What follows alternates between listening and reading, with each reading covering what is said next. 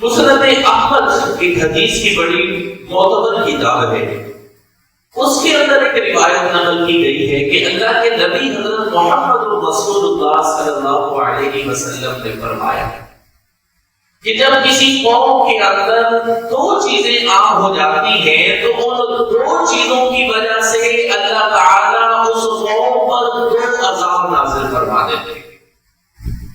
جب کسی قوم میں، جب کسی معاشرے میں دو چیزیں عام ہو جاتی ہیں تو ان دو چیزوں کی وجہ سے اللہ تعالیٰ اس معاشرے پر اور اس قوم پر دو عذاب مسلط فرما دیتے ہیں۔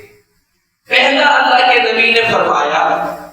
کہ جب کسی قوم کے اندر، کسی معاشرے کے اندر سودی معاملات عام ہو جاتے ہیں تو اللہ تعالیٰ اس قوم پر مہنگائی کو مسلط فرما دیتے ہیں۔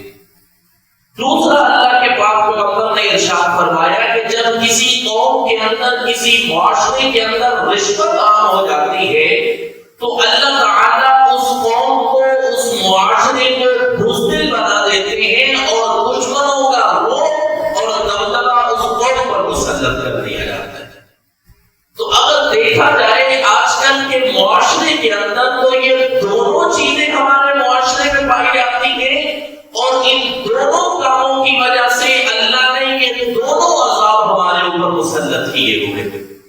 پہلا کام، پہلی چیز جو ہمارے اندر پائی جا رہی ہے سودی معاملات ہے۔ سود لیا جا رہا ہے، سود دیا جا رہا ہے، سود کے معاملات میں ہر انسان کسی نہ کسی صورت کے اندر ملوث ہوتا جا رہا ہے، جس کے نتیجے میں اللہ کے پاک پیغمبر کی زبان سے نکلے ہوئے الفاظ ہیں۔ اللہ کے نبی نے فرمایا جہاں پر سود عام ہو جاتا ہے وہاں پر اس قوم پر مہنگائی کو مسلط کر دیا جاتا ہے۔